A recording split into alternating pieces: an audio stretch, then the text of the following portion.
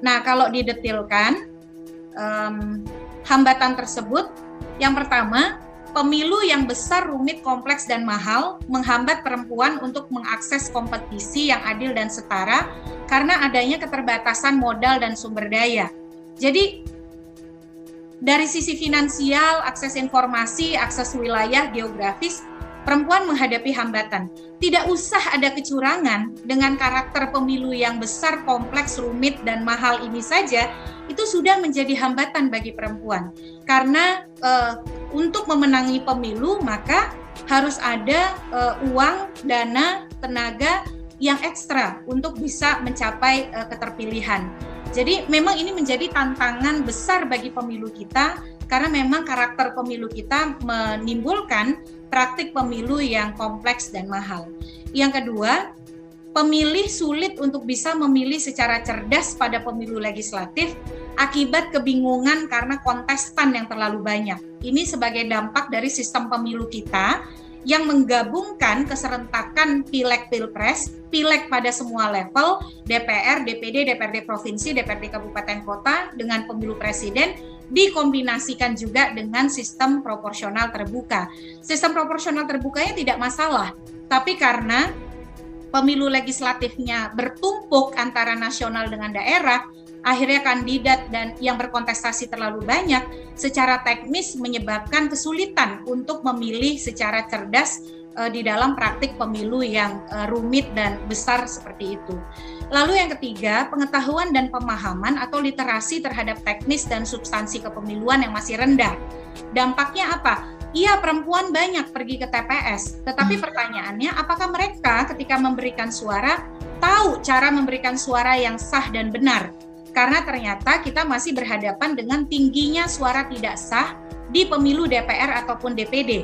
Tercatat ada 17.500.000 lebih suara yang tidak sah, atau setara dengan 11,12% dari pengguna hak pilih pemilu 2019. Dan untuk DPD angkanya jauh lebih besar lagi, 29 juta lebih atau setara dengan 19,02%.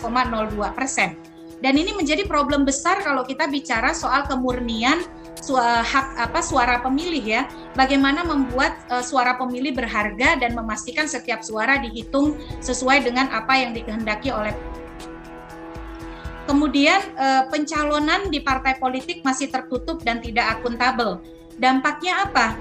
Menyuburkan praktik politik dinasti minus kaderisasi. Dan perempuan akan lebih dirugikan karena sekali lagi dari sisi akses, sumber daya, finansial sudah terbatas, apalagi kemudian kalau ruang itu makin dipersempit dengan warna politik dinasti yang terjadi di internal partai.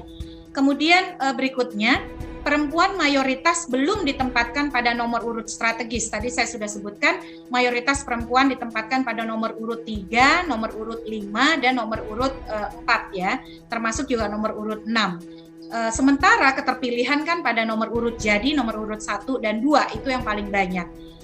Berikutnya, masih maraknya praktik politik transaksional, jual beli pencalonan, tiket pencalonan nomor urut itu masih terjadi. Kalau mau nomor urut atas maka harus bertanggung jawab terhadap seluruh dana saksi begitu ya. Nah itu kan pasti akan memberatkan.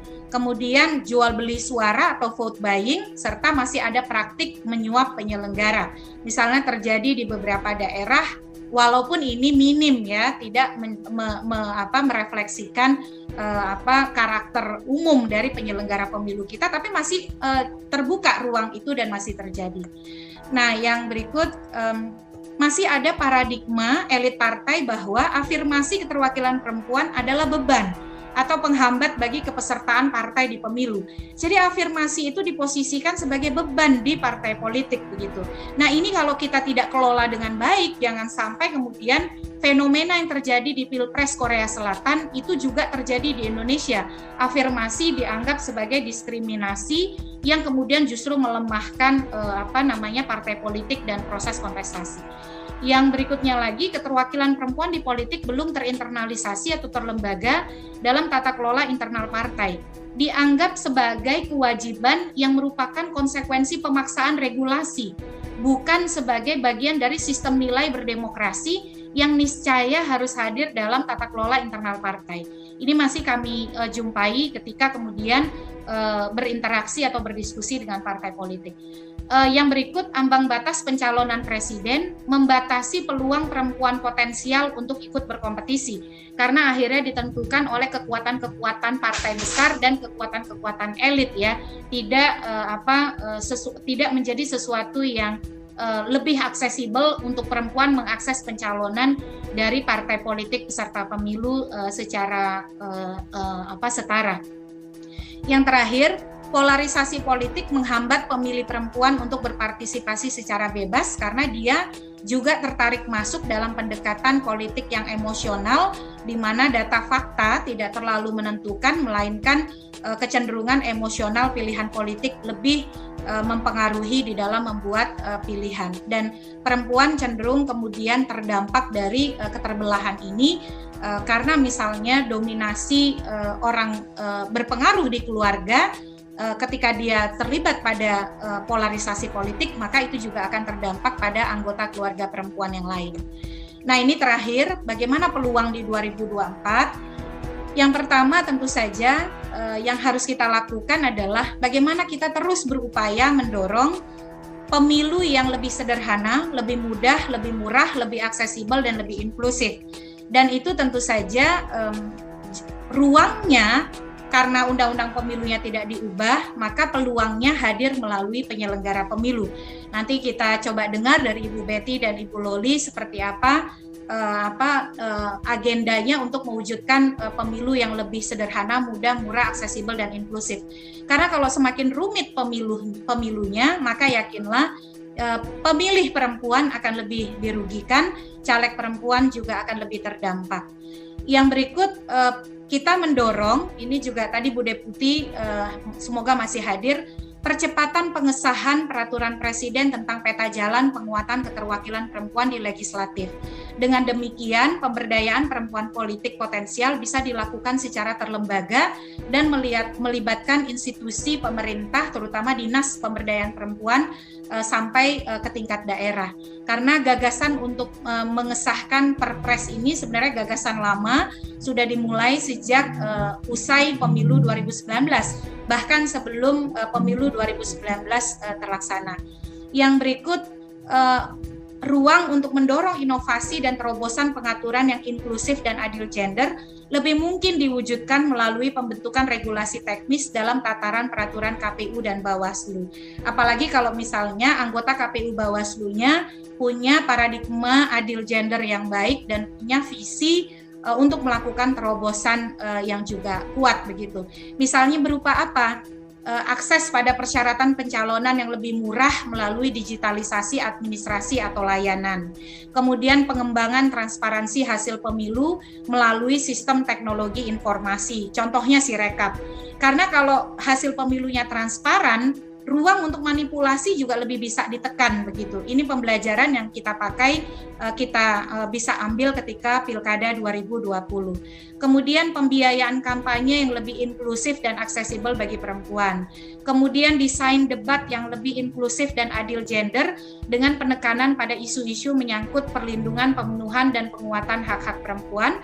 Mudah-mudahan nanti ketika peraturan kampanye dibuat, Ibu Betty dan kawan-kawan bisa mendesakkan bagaimana kandidat itu tidak sekedar berbicara soal perlindungan, pemenuhan, dan penguatan hak-hak perempuan secara normatif begitu ya, tetapi betul-betul melahirkan keterlibatan yang esensial dalam praktik debat yang selama ini menjadi salah satu referensi utama pemilih di dalam menjatuhkan pilihan mereka. Lalu mendorong pengaturan melalui PKPU, insentif dana kampanye 30% untuk kampanye perempuan. Karena ternyata pembiayaan kampanye itu ada yang bersumber dari negara dengan fasilitasi KPU untuk kepentingan alat peraga, iklan, dan bahan kampanye. Nah, ini didorong nih, belum ada kebijakan afirmasinya.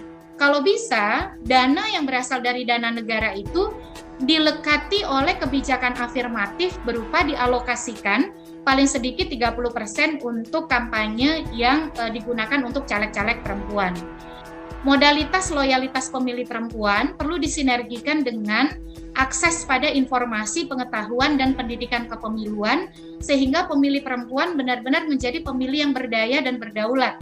mengurangi suara tidak sah dan melahirkan posisi tawar yang lebih kuat melalui pilihan sadar pemilih perempuan di pemilu. Jadi pemilih perempuan tuh banyak pergi ke TPS, tapi suara tidak sahnya juga tinggi gitu. Jangan-jangan suara tidak sah itu adalah mayoritas suaranya pemilih perempuan. Nah, ini menjadi peluang yang mestinya disiasati oleh penyelenggara pemilu kita dan kita semua, sehingga loyalitas pemilih perempuan itu dampaknya konkret, tidak kemudian malah berujung suaranya tidak sah karena dia tidak tahu cara memberikan suara yang benar begitu. Ini memang masih sangat mendasar dan fundamental sekali ya. Kemudian yang berikut mendorong lebih banyak perempuan duduk pada posisi strategis di internal partai, khususnya terkait pencalonan dan pemenangan pemilu atau Bapilu. Dengan demikian, kalau lebih banyak perempuan duduk di posisi strategis di internal partai, kita bisa mendorong komitmen partai menempatkan perempuan pada nomor urut jadi atau nomor urut strategis, ditempatkan pada nomor urut 1 di paling sedikit 30% dapil. Nah, itu dorongan yang perlu kita terus suarakan melalui komitmen perubahan yang berangkat dari internal partai. Beberapa partai sudah menempatkan perempuan pada posisi strategis di posisi pemenangan atau Bapilu, tapi jumlahnya sedikit sekali dan kita perlu membuat atau kemudian mendorong ini menjadi lebih banyak. Kemudian peluang yang bisa dilakukan adalah menyusun database anggota, ini untuk partai ya, database berbasis suara dan peta dapil untuk mendukung pencalonan perempuan secara lebih terencana, terukur, sistematis, dan strategis. Serta yang terakhir, mendorong perempuan politik, caleg, dan juga capres kalau nanti ada, memanfaatkan keterbukaan data pemilu, open datanya KPU, dan berbagai publikasi melalui sistem teknologi informasi KPU Bawaslu yang sesungguhnya sudah sangat aksesibel ya, dan kita apresiasi. Kita ini termasuk salah satu negara yang paling terbuka penyelenggara pemilunya terkait dengan penyebaran dan akses data untuk publik dan juga kandidat. Sehingga data yang terbuka ini itu bisa menjadi basis dalam menyusun strategi dan prioritas kerja pemenangan. Jangan sampai lagi didengar ada caleg yang kesulitan mendapatkan data DPT pemilu konfigurasi pemilih pemilu 2019, konfigurasi keterpilihan dan seterusnya. Nah, ini yang modalitas keterbukaan data pemilu yang sudah dilakukan dan diinisiasi KPU Bawaslu ini sebenarnya menjadi peluang bagi para caleg dan kandidat kita sehingga mereka bisa menyusun strategi kampanye yang lebih logis, yang lebih rasional dan terukur begitu. Tidak sekedar diiming-imingi janji surga, menang, mengeluarkan uang dan modal tanpa batas, tanpa kendali, lalu cenderung menjadi tidak rasional dan akhirnya politik tidak berkontribusi baik bagi penguatan kiprah perempuan dalam berdemokrasi.